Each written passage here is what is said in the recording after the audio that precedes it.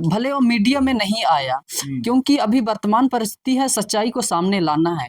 और 2-3 मामला आया था जब तपकरा क्षेत्र में प्रार्थना सभा हुई थी, तो सरना पूजा कितना करेंगे, क्योंकि आपके भूत तो भागते नहीं। आप कितना प्रार्थना सभा के माध्यम से ठीक करने के लिए उनसे 15,000 पैसा लिया गया। आप उसको प्रार्थना सभा के नाम पर, ठीक करने के नाम पर आप अगर उससे पैसा वसूल रहे हैं, तो धर्म के नाम पर आप धंधा कर रहे हैं। जो समाज के नाम पर काम करने वाले लोगों को भी इससे बदनामी हो रहा है। ये हो रहा है, नहीं हो रहा है सो बात नहीं है, और लोगों को ये एक्सेप्ट करना पड़ेगा कि को प्रलोभन नहीं दिया जाता है। तो एक गांव के गांव लोग आने के लिए उसको बोला जा रहा था कि हम लोग कपड़ा खरीदेंगे, आप इसमें आइए, लेकिन धीरे धीरे से अगर लोग विरोध नहीं करेंगे तो फिर वहां पर मंदिर स्थापित कर देना। आप करना समुदाय है वो दोनों तरफ से पिस रहा है, तो हम तो वनवासी कल्याण केंद्र का भी विरोध करते हैं। आरएसएस का षड्यंत्र है, एक तरफ आदिवासी को हिंदू बना है कि आदिवासियों के लिए बहुत बड़ा खतरा षड्यंत्र है, और इस षड्यंत्र के पीछे कोई हमें हिंदू कहे, कोई हमें ईसाई कहे, तो क्या हम स्वीकार करेंगे? आदिवासी होने के लिए हम प्रमाण ढूंढते रहे। चर्च को नहीं करना चाहिए, वो चीज कर रहे हैं। ये भी देखा कि कब्र में सरहुल का फूल भी लगता है।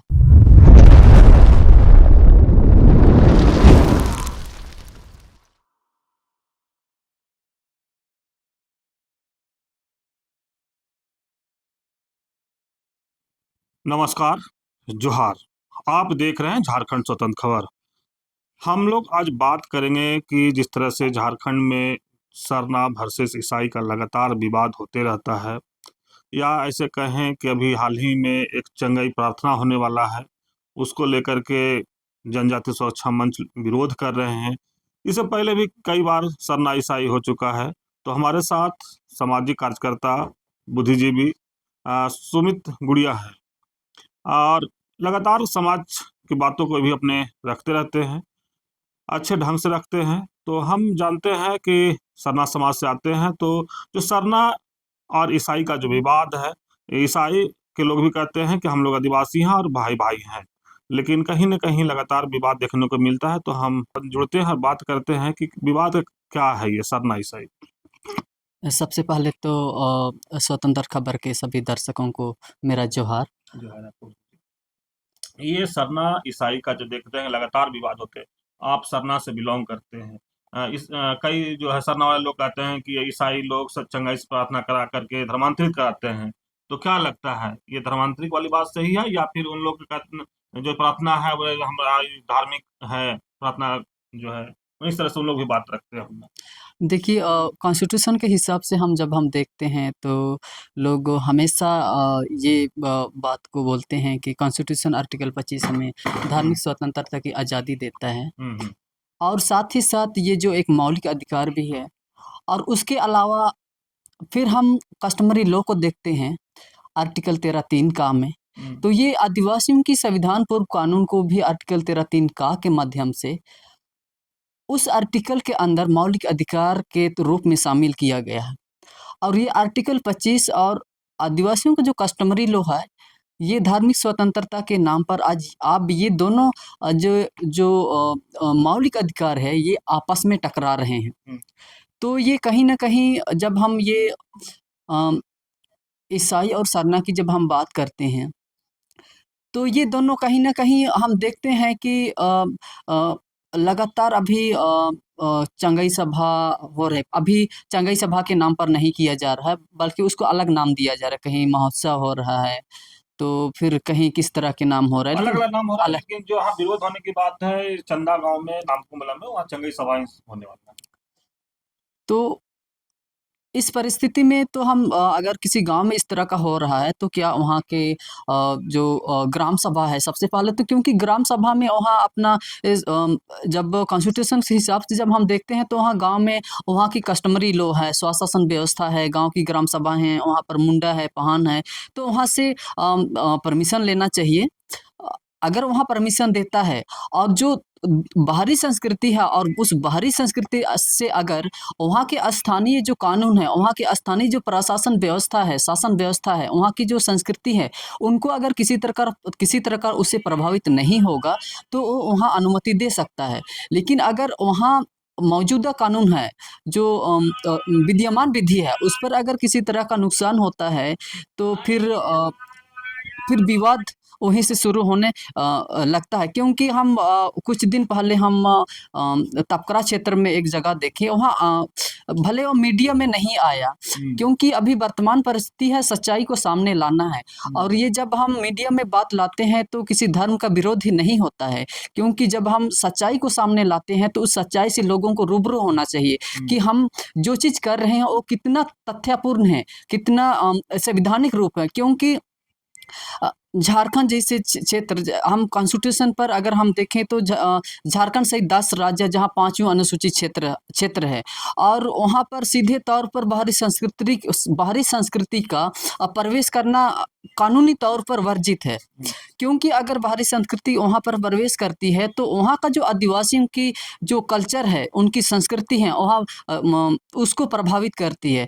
तो एक मामला, 2-3 मामला आया था जब तपकरा क्षेत्र में प्रार्थना सभा हुई थी, तो इस तरह का मामला भी आ रहे थे कि सरनालों को इस तरह का बहकाया जा रहा था कि आप सरना पूजा कितना करेंगे, क्योंकि आपके भूत तो भागते नहीं, आप कितना दिन पूजा करेंगे। तो इस तरह का शब्द आना, तो कहीं ना इस तरह का शब्द कौन इस्तेमाल कर रहे थे? वहाँ पर कुछ असामाजिक तत्व के लोग ही कहा जाए, क्योंकि अगर इस तरह का मामला सामने आता है तो बेहद ही मतलब दुर्भाग्यपूर्ण है। और एक बगल का एक जोजोटोली गांव का एक वो जन्म से विकलांग है, और उनको मतलब प्रार्थना सभा के माध्यम से ठीक करने के लिए उनसे 15,000 पैसा लिया गया। लेकिन पता नहीं उस जो प्रार्थना सभा में क्रिश्चियन जो लोग हैं, जी, वही लोग ना? जी, और ये 15,000 पैसा लिया गया, तो ये कतई उचित नहीं है। आप एक विकलांग है जन्म से, और आप उसको प्रार्थना सभा के नाम पर, ठीक करने के नाम पर आप अगर उससे पैसा वसूल रहे हैं, तो ये एक धार्मिक अनुष्ठान यहाँ पर नहीं हो रहा है। यहाँ पर एक धर्म के नाम पर आप धर्म धंधा हो गया। धर्म के नाम पर आप धंधा कर रहे हैं। तो ये कहीं न कहीं एक तो जो अभी लोग क्रिश्चियन समुदाय के जो सेवा के नाम पर काम कर रहे हैं, जो सच्चाई के नाम पर काम कर रहे हैं, उनके लिए ये एक बहुत बड़ा सवाल खड़ा होता है, और इससे और जो समाज के नाम पर काम करने वाले लोगों को भी इससे बदनामी हो रहा है। तो और आप वर्तमान में देखेंगे गाँव में छोटे-छोटे ये मंदिर भी ये सॉरी चर्च भी बन रहे हैं, लेकिन क्या उस गाँव के सीमान में जहाँ बन रहा है, वहाँ ग्राम सभा से किसी तरह का परमिशन लिया गया है? तो शायद मुझे नहीं लगता है। एक तो दूसरा है कि ये गाँव के लोग जागरूक भी नहीं हैं, और जागरूक नहीं होने के कारण उनको संवैधानिक अधिकार के प्रावधानों को नहीं पता, तो उसके तहत वो तो गाँव वाले विरोध भी नहीं कर पाते हैं। एक तो गाँव के जो मुंडा होते हैं उनको अपने कस्टमरी लॉ के तहत कानून का भी पता नहीं होता है, वहाँ का पाहन को भी पता नहीं होता है, बस गाँव को चलाना है तो चला ही रहे हैं। तो इसी के तहत से अब वर्तमान परिस्थिति में देखते हैं कि कितने गाँव में आज मुंडा व्यवस्था खत्म हो गई है, पाहन व्यवस्था खत्म हो गई है। तो फिर ऐसी परिस्थिति में हम कैसे अपने व्यवस्था को पुनर्जीवित करेंगे? ये आने वाला दिन में बहुत बड़ा चुनौती है, और इस चुनौती को हम कैसे फेस करेंगे या कैसे बचाएँगे इस तरह का जो षड्यंत्र हो रही है। और इसमें हम दोष किसी को नहीं दे रहे हैं, क्योंकि हम जिस समुदाय से आते हैं, वो समुदाय में अगर हम अपनी व्यवस्था को ना बचा पाएँ, तो हम खुद को आदिवासी होने का दावा हम कैसे करेंगे? कल को फिर वही होगा कि जिस तरह से हम क ख सीखते हैं, तो क्या हम अपने संस्कृति को क ख की तरह हम पढ़ेंगे आने वाला दिन में? तो ये बहुत बड़ा चुनौती है, और हमारा संस्कृति कहीं पर लिखा हुआ नहीं है, क्योंकि ये हमारे पुरखों द्वारा संचालित होते हुए हमें हस्तांतरित करते हैं, और जो चीज़ हम सीखते हैं वो हम अपने पीढ़ियों के लिए हम भी हस्तांतरित करके हम छोड़ देते हैं। सुमित जी, क्या आप भी इस चीज को मानते हैं कि चंगाई सभा या प्रार्थना सभा में धर्मांतरण होता है? बहुत जगह हम देखते हैं कि ये हो रहा है, नहीं हो रहा है सो बात नहीं है, और लोगों को ये एक्सेप्ट करना पड़ेगा कि जिस तरह से हम देखते हैं कि अगर लोग को प्रलोभन नहीं दिया जाता है, तो एक गाँव के गाँव लोग क्यों खत्म हो रहे हैं? ये बड़ा सवाल है। और आपको भी लगता है कि प्रलोभन देख करके ही प्रलोभन होता है, हो रहा है, और लेकिन क्रिश्चियन समुदाय के जो लोग हैं तो कहते हैं हम लोग प्रलोभन नहीं देते हैं, वो इच्छा से अपना धर्म स्वीकार कर रहे हैं।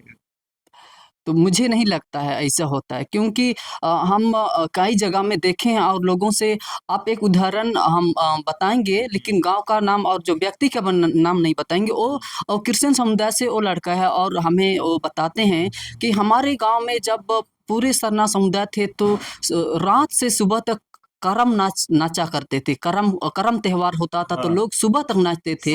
लेकिन आज आप आप धीरे-धीरे जो हम सरना समाज के लोग अनुयायी लोग वो घट रहे हैं, तो अब वहाँ पर ना तो करम होता है, ना सरुल होता है, फिर अखड़ा अब सुन्नापन हो रहा है। तो ये सब चीज़ जब हम सुनते हैं, तो अपने दिल के अंदर थोड़ा-सा दर्द महसूस होता है कि ऐसा क्यों हो रहा है? और कुछ दिन अब वही फिर और एक घटना हमको बताया कि कुछ वहाँ के लोग उनको क्रिश्चियन धर्म में आने के लिए उसको बोला जा रहा था कि हम लोग कपड़ा खरीदेंगे, आप इसमें आइए, लेकिन वो सहमत नहीं हुए। तो इस तरह का मतलब उसको प्रेशर देते हैं, बार-बार उन धर्म की चीज़ के बारे में लोग बताते हैं। तो अगर आप किसी को इस तरह का रोज़ उसी धर्म के बारे में अगर हम बोलते रहेंगे, तो सुन-सुन के वो फिर ये हो जाता है, उसका ब्रेन वॉश होने लगता है, फिर वो फिर उसमें फिर चला जाता है। तो क्या सरना और ईसाई आदिवासियों के बीच की दूरी बढ़ाने की साजिश चल रही है? तो ये साजिश है, जो भी है। हम ये साजिश बोला जाए या क्या बोला जाए, मुझे समझ में नहीं आ रहा है इस पर। हुँ, क्योंकि जब हम सामूहिकता की बात करते हैं, तो जिस दिन से हम अपने व्यवस्थागत व्यवस्था से हम विपरीत दिशा में चले जाते हैं, हुँ, तो वहाँ पर सरना समुदाय किसी को अलग नहीं किया है। हुँ, अगर इतिहास को हम देखते हैं और ये इतिहास लिखा हुआ नहीं मिलेगा, जहाँ हुँ, तक मैंने समझ पाया है इन चीज़ों को, हुँ, कि जिस रोज़ से वो अगर हम किसी दूसरे धर्म में कन्वर्ट हो जाते हैं, तो हम उन जो मूल लोग हैं, उनसे ही हम दूरी बना रहे हैं। क्योंकि अगर दूरी दूरी उनसे नहीं ही बनाना था, तो फिर हुँ, हम वहाँ से क्यों भटक गए? अब तो मैं तो यही कहूँगा कि हुँ, जो लोग बचे हैं उनको संरक्षण करने की ज़रूरत है। हुँ, क्योंकि हमारे क्षेत्र में अभी कई जगह में गाँव गिनेंगे तो शायद हम गिन नहीं पाएँगे। अब वहाँ पर पूरी तरह से वहाँ की जो मुंडाओं की व्यवस्था है, अपनी पहान व्यवस्था है, पानी भरा व्यवस्था है, पढ़ा व्यवस्था है, वो पूरी तरह से ख़त्म हो गया है। फिर कल को फिर पेशा कानून लागू होगा तो फिर उस पर भी लड़ाई होगा। ये होगा, ये होने वाला ही है। क्योंकि ये जब हम इसको इमेजिन करते हैं तो ये दिखाई देता है कि अभी जिस तरह से पेशा कानून को अगर तेरा तिनका के अनुरूप भी नहीं बनाएगा, तो फिर ये पेशा कानून का मायने भी नहीं होगा।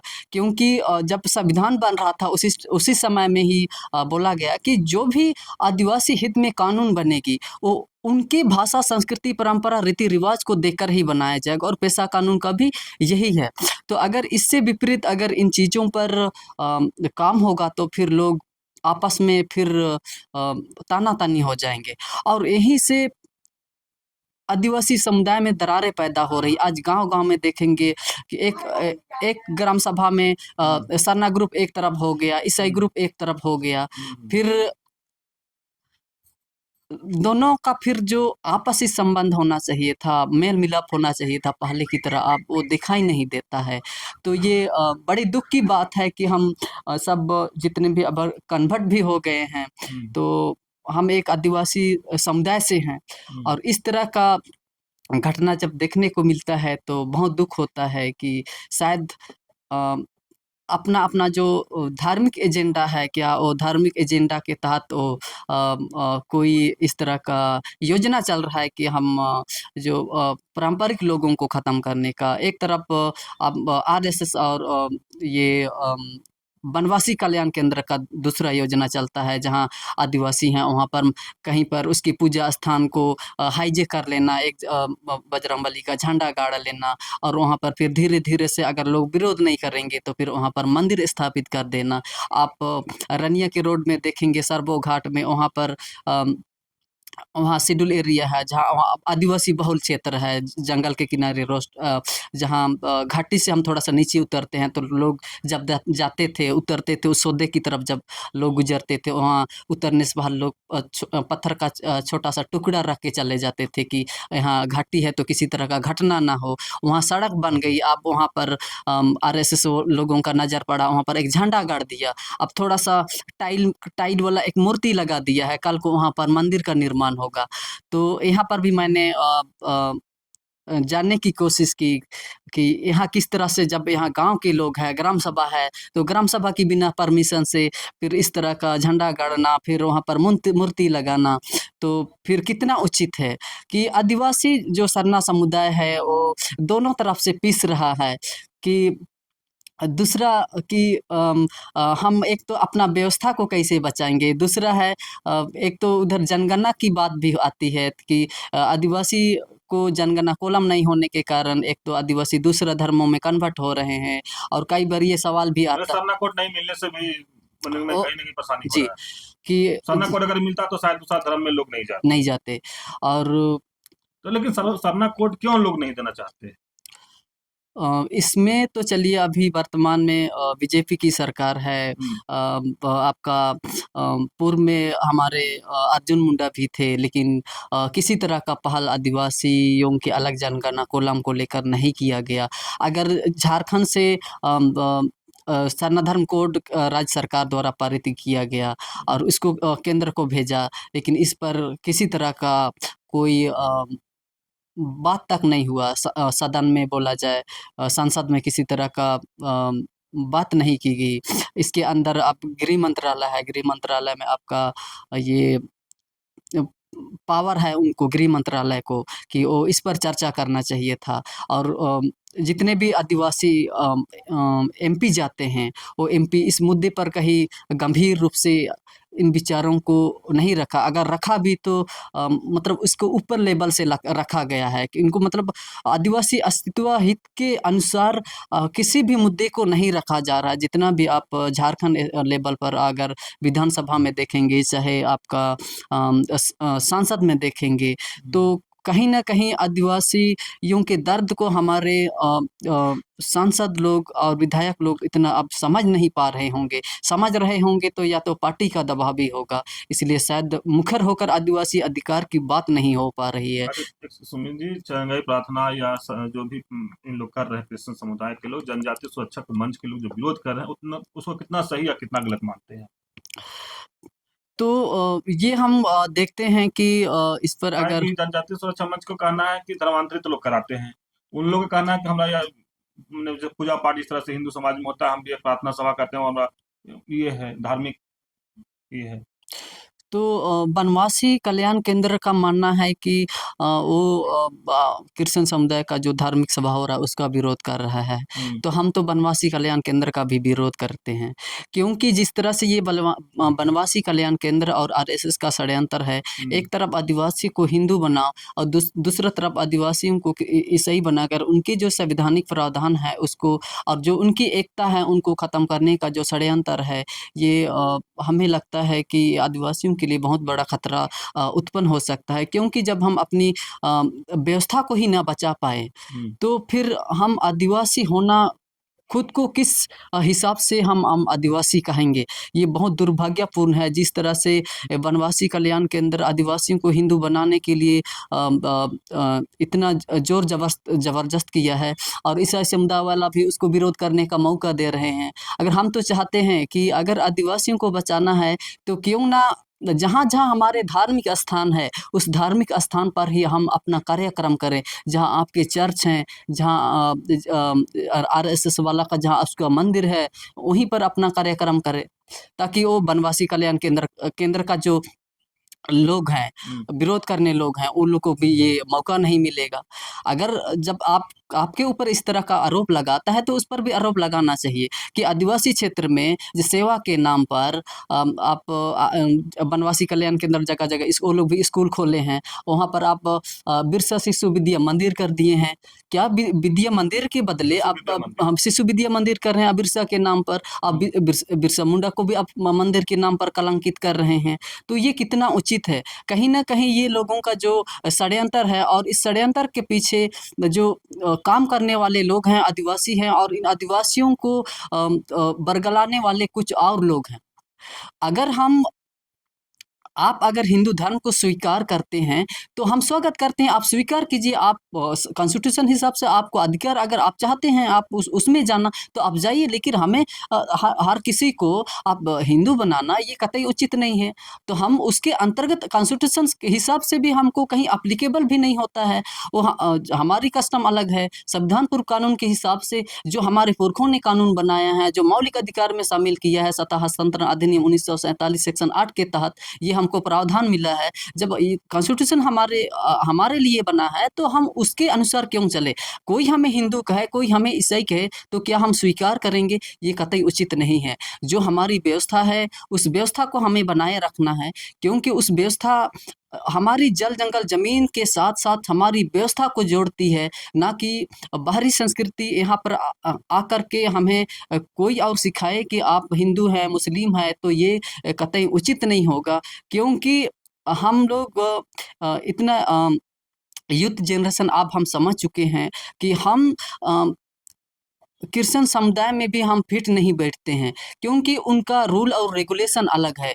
जैसे कि क्रिश्चियन मैरिज एक्ट 1872 अच्छा, में ठीक, आप रूल रेगुलेशन की बात कर रहे हैं कि हम क्रिश्चियन के जो रूल रेगुलेशन उसमें फिट नहीं बैठते हैं, तो ईसाई लोग आदिवासी हैं कि नहीं?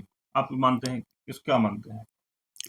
अगर हम उसमें भी कई जजमेंट सब देखते हैं तो जाति बदलने से धर्म नहीं बदलता है। लेकिन वो वहाँ तक तो मानते हैं, लेकिन जब हम आदिवासी होने की प्रमाण को अगर हम खो देंगे तो आने वाला दिन में ये अभी जिस तरह से कुर्मी महतो लोग आदिवासी होने के लिए कहीं पर अलग-अलग कार्यक्रम कर रहे हैं, क्या फिर कभी इस तरह का हमारे सामने कोई चुनौती तो नहीं आएगा कि हम खुद को फिर आदिवासी होने के लिए हम प्रमाण ढूँढते रहेंगे? क्योंकि अभी हम देखते हैं कि जिस तरह से चर्च को नहीं करना चाहिए वो चीज़ कर रहे हैं, कि अब चर्च में सरहुल मना रहे हैं, तो फिर सरना लोग विरोध करने लगेंगे। फिर जब विरोध करेंगे तो फिर आप उसको ठप्पा लगाएँगे ईसाइयों का विरोध कर रहे हैं। ये उचित नहीं है, जहाँ कानून है, कानून के दायरे पर ही काम करना चाहिए, ताकि हम हमारा जो एक गाँव में हमारे गाँव भी क्रिश्चियन समुदाय है, तो हम समन्वय कैसे स्थापित करेंगे? क्योंकि जहाँ हम अगर चर्च में सरहुल करेंगे, कर्म करेंगे, नावा-खानी करेंगे, तो ये हमारा परंपरा नहीं है। ये आदिवासी हित के लिए ये दोनों को इससे और दूरी बनाएगा, क्योंकि अगर इस तरह का होता है तो गाँव के लोग विरोध करेंगे कि जो वहाँ पर नहीं होना चाहिए था। गाँव के सरहुल होता है तो गाँव में पहान पूजा करता है। तो पहान पूजा करने के साथ-साथ गाँव के लोग उपवास करते हैं। उपवास करने के बाद जो अपनी प्रथागत हिसाब से वहाँ पर पूजा-पाठ होती है, उसके बाद इसको संपन्न किया जाता है। और हमने तो घूमते-घूमते ये भी देखा कि कब्र में सरहुल का फूल भी लगता है। तो ये जहाँ आदिवासी झारखंड के आदिवासी सहित अलग-अलग क्षेत्र में जब सरहुल मनाता है, जहाँ कब्र में जिस चीज़ जो लोग पवित्र चीज़ को अगर सरना समुदाय अपने इस चीज़ों को पवित्र के रूप में मानता है, तो हम उनको कहीं असंवैधानिक तरीके से हम किसी चीज़ को अगर करने लगे तो फिर दरारें पैदा होती है, और दरारें जैसे कि हम पानी में जब पत्थर फेंकते हैं तो तरंग उत्पन्न होता है, तो तरंग उत्पन्न होता है तो किनारे को धक्का देती है और किनारे धँसता है। तो इसी तरह का आदिवासी समुदाय में देखने को मिल रहा है। तो ये हमको लगता है इन चीज़ों को लोगों के बीच में समन्वय स्थापित करने की ज़रूरत है। संवाद करने की ज़रूरत है, संवाद किए बगैर ये लड़ाई रुकने वाला नहीं है। हम तो चाहते हैं कि जितने भी ईसाई समुदाय है, सरना समुदाय है, बीच बैठ कर के इन लोगों को कहाँ गलत हो रहा है, दोनों का जो बात है, उन बातों को सुनना चाहिए। ना कि जैसे कि हम मीडिया के माध्यम से हम उसके विरोध करेंगे, तो हमें नहीं लगता है कि ये समस्या का समाधान होगा। कि एक-दूसरे को टारगेट करते रहेंगे और लड़ते रहेंगे, फिर मज़ा कोई और लेते रहेगा। तो वैसे ये सिचुएशन सुनील जी, मेरा देख सवाल था कि ईसाई को आदिवासी मानते हैं कि नहीं? आप इस पर नहीं बता। इसमें अगर हम हमारे कुछ-कुछ पुरखे लोग से हम सुनते हैं अभी भी, जैसे कि कोयल रो क्षेत्र से सोमा मुंडा जी हैं, वो हम बताते हैं कि हमारे मुंडा समुदाय एक मुंडा होने के लिए क्या-क्या क्राइटेरिया है। गाँव लेवल में हम स्वशासन व्यवस्था की अगर हम बात करते हैं, तो एक मुंडा होने के लिए जब हम लोग सीखने की कोशिश करते हैं, जो बुजुर्ग लोग हैं, तो एक मुंडा मुंडा जब एक मुंडा समुदाय का जब बच्चा जन्म होता है, तो उसको मुंडा समुदाय में लाने के लिए जो प्रक्रिया होती है, पहले तो हम उसको चट्ठी का जो संस्कार होता है, वो होता है। फिर अब हम मुंडा समुदाय में उसको लाने के लिए तुकुई लुतुर होता है, जो कान बेदी होता है।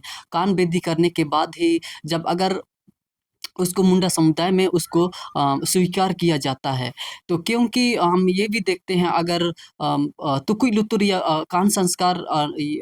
कान विधि नहीं होता है, तो अगर किसी कारण से वो बच्चा मर जाता है, तो वो कब्र में उसको दफनाया नहीं जाता है।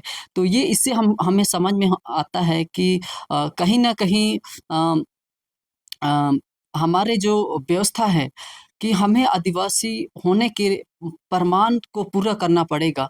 इसलिए तो आज मरने के बाद भी हमारे ब समुदाय अब धार्मिक रूप से देखिएगा, लोग धार्मिक रूप से अलग हो गए। कोई किसी का मृत्यु हो जाता है, तो उसका दफन प्रक्रिया अलग हो रहा है, सरना लोग का दफन प्रक्रिया अलग अलग हो रहा है। तो हम हर चीज़ को यहाँ यहाँ से ही अलग कर रहे हैं। जहाँ हम अलग धर्म में चले जाते हैं, तो सारा प्रक्रिया, सारा अपने जन्म से मृत्यु का संस्कार है, उसको अलग कर रहे हैं। तो इससे हम देखते हैं कि कहीं न कहीं इसमें इस तरह का बात आती है, तो दोनों में टकराव होती है। तो फिर लोग बोलते हैं कि अभी कुर्मी महतो का विरोध आंदोलन में कई लोग बोले कि बोलते हैं कि आदिवासी होने के लिए आदिवासी माँ के पेट से पैदा पैदा होना होना पड़ता पड़ता है, तो है। बिल्कुल पैदा होना पड़ता है। हाँ। आदिवासी किसी को बनाया नहीं जाता है। लेकिन सवाल ये है कि क्या हम अपनी व्यवस्था के विपरीत दिशा में चल कर क्या हम अपनी व्यवस्था को बचा पाएँगे? यदि नहीं बचा पाएँ, तो इसके लिए हमारे साथ क्या आने वाला दिन में समस्या पैदा होगी, तो ये बड़ी चुनौती है। तो इस पर आदिवासी होना और ना होना, अ, इसको हम कैसे डिफाइन कर पाएँगे, हाँ, या बड़ी चुनौती। प्रमाण की बात की है तो खतियान होता है। जी, अगर आपका एक भाई आप सरना है, दूसरा भाई संजोग से धर्मांतरित हो गए, ईसाई बन गए, तो खतियान तो दोनों का एक है। एक है। तो फिर प्रमाण तो वो दिखा रहे हैं कि हम एक ही हैं, हम आदिवासी हैं। लेकिन फिर कैसे वो लोग उनको कह रहे हैं कि धर्मांतरित हो गया, उनको ये लाभ नहीं मिलना चाहिए, वो लाभ नहीं, कैसे फिर या उनको कैसे बताइए कि हाँ, ये इस धर्म को छोड़ के दूसरे धर्म में ये आदिवासी नहीं है, ईसाई हैं। उसमें अगर देखेंगे, तो पहले तो ये देखा जाए कि उसका हम खतियान से तो हम वहाँ पर तो क्योंकि हमारे पुरखे एक हैं। हम्म। अगर हम 2 भाई हैं, एक क्रिश्चियन में चला गया, एक ईसाई में चला गया, एक हिंदू में चला गया, तो फिर हमारे पिता तो एक ही थे। हाँ। तो फिर वहाँ पर ये डेफ़िनेशन करना बहुत ये चुनौतीपूर्ण है। और अगर हम देखेंगे थोड़ा-सा इसको, अगर अपना व्यवस्था के हिसाब से डेफ़िनेशन करेंगे, तो फिर हम अपनी परंपरा का जो रिवाज है, उसी से हम अलग हो सकते हैं। और अन्यथा कॉन्स्टिट्यूशन हिसाब से भी जजमेंट अन्य सुप्रीम कोर्ट का जजमेंट देखते हैं, तो उसमें तो कहता है कि धर्म बदलने से जाति नहीं बदलता है। हम्म। तो फिर ये डेफ़िनेशन करना थोड़ा-सा मुश्किल लग रहा है कि हम इसको डिफ़ाइन कैसे कर सकते हैं। तो फिर जैसे कि हम फिर आगे देखते हैं कि जब ब्रिटिश काल में जो हमारे आदिवासियों के बीच में कागज़ नहीं थे, अपने ज़मीन के पट्टे नहीं होते थे, कोई खतियान नहीं थे, तब हमारे पुरखे ने ससंगदिरी करके जो हथकड़ी का जो पत्थर था, उनको कलकत्ता पहुँचाए थे। तो ये कुछ-कुछ चीज़ें हैं जो हमें प्रमाण करता है कि मुंडाओं की जो व्यवस्था है, उनकी जो ये प्रकृति के चक्कर घूर्णन में घुरते हुए जो अब हमारी संस्कार है, वो हमारे अंतिम संस्कार वो ससंद्री में अंत होता है। तो ये कुछ-कुछ ऐसे प्रमाण हमको देखने मिलता है कि इससे हमको ये दोनों को डिफ़ाइन करता है, जो हमारा पूजा पद्धति है, हमारे दस्तूर हैं, तो यही डिफ़ाइन करता है। तो अन्यथा कागज़ी तौर पर देखेंगे, तो वहाँ पर इस तरह का कोई कुछ दिख नहीं रहा है। फिर आपका मौलिक अधिकार 13-3 का ही हमको डिफ़ाइन करेगा कि उसमें क्या है, क्या नहीं है। तो यही प्रमाण तो हमको देखने को मिलेगा। और अगर कुछ जजमेंट वगैरह करते हैं, तो उसमें कहीं न कहीं मुश्किल है। लेकिन धार्मिक रूप से जो रूल और रेगुलेशन बना है वो चर्च के लिए अलग है।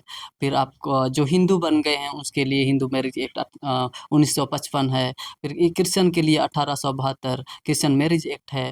फिर आदिवासियों के लिए जो अपने पुराना परंपरा को संजोए रखा है उनके लिए आर्टिकल 13(3) का है। तो इसमें फिर कॉन्स्टिट्यूशन हिसाब से भी फिर इसको डिफाइन करता है कानून के हिसाब से। फिर यहीं से तो हम फिर अलग हो जाते हैं। तो फिर जब हम जल जंगल ज़मीन की फिर कुछ ये मामला बढ़ता है तो लोग फिर बोलने लगेंगे कि आदिवासी धर्म के नाम पर बाँटेंगे तो फिर हमें कोई और लूट लेगा। कि आदिवासी खुद ही धर्म के नाम पर बाँटा नहीं है, कुछ-कुछ ये चीज़ हमें बाँट रहा है। फिर आपको हम देखेंगे फिर ये क्रिश्चियन मैरिज एक्ट बाँट रहा है, फिर आर्टिकल 13(3) का बाँट रहा है। फिर हम फिर क्या करेंगे? फिर आदिवासी तो धर्म के नाम पर गुट-गुट में बँट गए हैं। फिर अ,